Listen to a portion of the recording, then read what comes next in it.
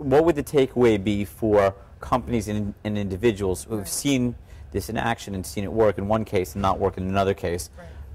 You know, and I think there was an example recently. You know, Skittles, I think, tried to kind of turn their webpage into a you know. Skittles, yeah. Yeah. So what do companies need to learn or not learn at their own risk? You know, what's in it for the corporate brand? So if you contrast JetBlue and Skittles, for example, in the way that they've decided to leverage social media, or even a Zappos, for example, which is a shoe manufacturer, threadless, all of a sudden you've got not only opportunities where larger brands are using social media to tap into their audience, to join the conversation that's already out there, but you're also seeing a lot of experimentation. And I think that more and more brands will have to start experimenting because you've got such a cross-section of different industries out there and different audiences. And just because your audience is one way in the bricks and mortar world doesn't mean that it's going to be the same audience or the same consumer once you get online. I think that fascinatingly enough, people that seemed to get the most out of the whole Skittles adventure were people that work in marketing.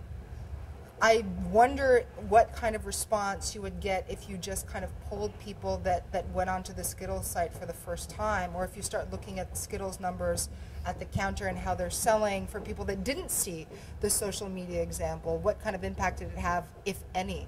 So I think that we're really seeing brands starting to experiment, but one way or the other, they're going to become the poster child, whether it's successful or not. And so it's really important to keep in mind that you're not in control.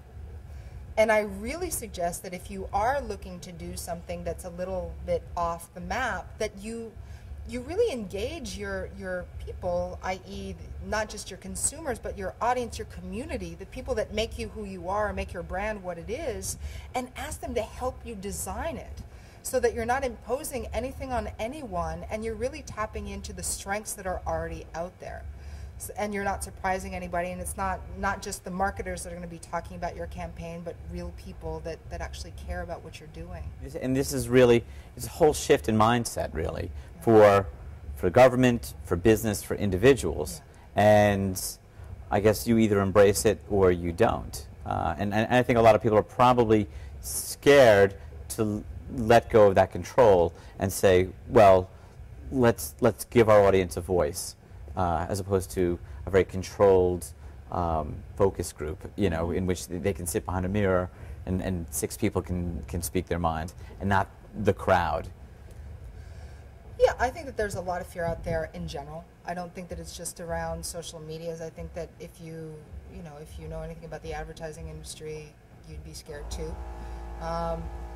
But one way or the other, I think that what we're really going to start to see emerge, one of the things that we're really going to start to see emerge is that entrepreneurial spirit, where you've got David versus Goliath. And in this climate, in this environment, there's a really good chance that David actually has the leg up versus Goliath right now, because they're more flexible. They've probably got a great community of friends and supporters that happen to be bloggers that potentially want to elevate you, your social capital, your cultural capital. And bigger brands, which are really fighting to make money and to satisfy their investors, aren't seen as the heroes right now, especially if you read the headlines. And so it's definitely an opportunity for those entrepreneurial spirits to surround themselves with incredible talent and to start those companies, to start those projects. I think that I'm very, very fortunate to be living right here, right now in this time in history. One last question is, there are a lot of people out of work right now, and you know, going to Monster or going the traditional route of finding a job isn't going to cut it in this economy. So if you had any advice to some of these people, they've got some skills, they're not really sure where they fit in, and companies aren't hiring in the traditional sense, Right. What would you advise for these guys? And ladies, I think it Yes. really, really depends on what you're trying to accomplish. I know a lot of people that have decided to take a few months off just to figure out who they are right now, because most of us get caught up in the day-to-day, especially if you're working for a company, and you kind of forget who you are, what you're passionate about, why you started doing this in the first place. And so there's this moment of reflection where you realize, oh, wait a minute, this is an amazing opportunity to reinvent myself. And here are all of these connections that I might have made because it was expected of me in my job, but they're relationships that are based on a human connection, not just on, hopefully, an industry connection.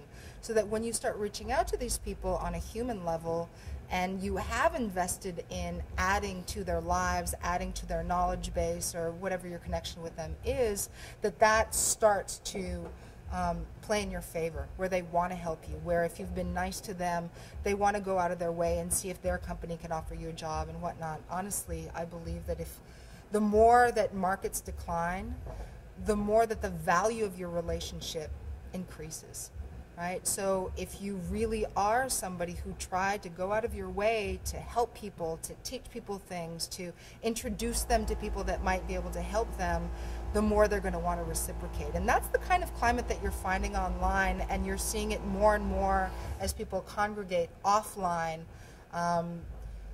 It's amazing. Even our cameraman today is donating his time. Why? Because of the relationship that you two have established together. He wants to see you succeed, and vice versa. You're going to be plugging him and his company, right, when you put up the video, so that anybody who wants to then hire him can. So there are these mutual exchanges that are happening that have already always existed, but now they're just being amplified because of the medium and because of the times. Fantastic. Juliette, thank you so much for talking to me tonight. I really appreciate it. You're welcome. The book is 33 Million People in the Room. It's a fantastic read. I highly recommend it to anybody who wants to know about social networking and where they're going to go from here with all the changes going on. Thank you. Okay, thanks a lot.